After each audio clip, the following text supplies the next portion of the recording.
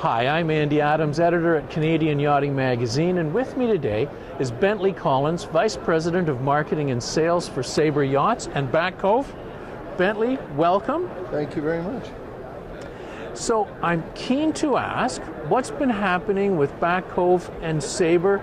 Because there's some changes that are happening in the market too, a little bit of changes. Well, in 2009, as you know, the boating industry took a dive along with the rest of the economy.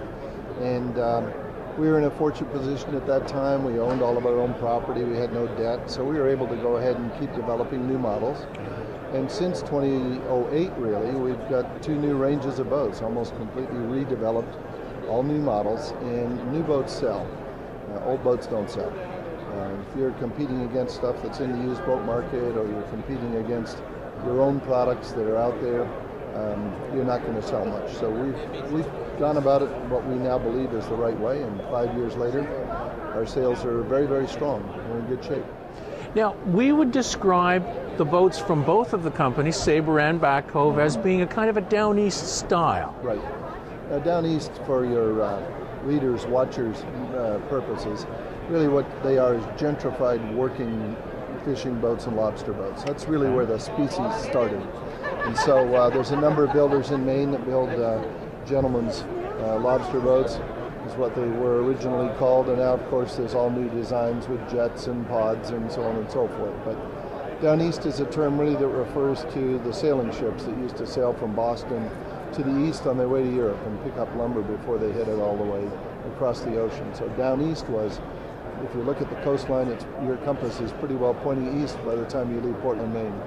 But there's a look to these boats. They're, not to say that they're not contemporary, but there's still a very traditional feel and a kind of a quality element that you don't necessarily see elsewhere. Well, Maine's boat builders have been building boats since 1640, when the Popham colony pitched up on the river in Bath, Maine, and Phippsburg, Maine. So, you know, there's a quality to a Maine-built boat that's pretty unusual and dynamic. It's very much a handcrafted product, and the aesthetics of all of our boats built in. And I challenge any other province or state to show me a prettier bunch of boats from their state or province.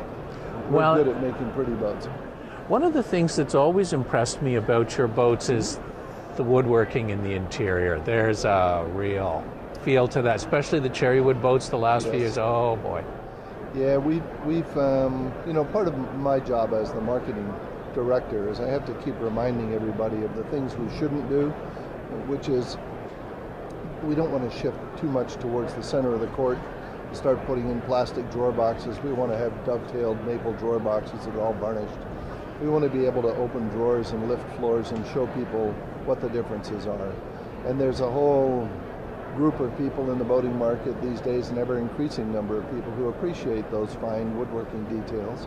And that's really what our business is built on. About a third of our folks in the shop work on wood pieces.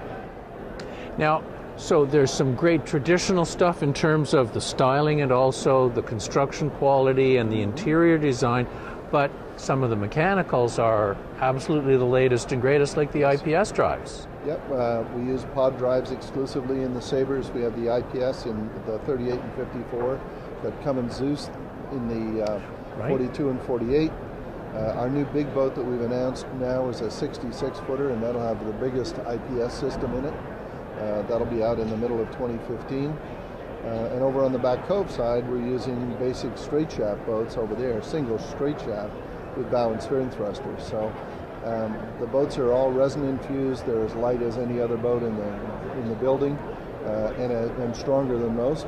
And so we've got a great fiberglass structure. We've got that traditional woodworking all built into a boat that performs just like all these white wonders here. I call them white wonders because that's the other side of the boat business. So tell me, what have you got here at the Toronto International Boat Show this year? Well, we have two exciting boats here. We've got the Back Cove 34 with Jack Patey and Associates back here in the back of the hall, and we've got the Sabre 38 over at the True North display.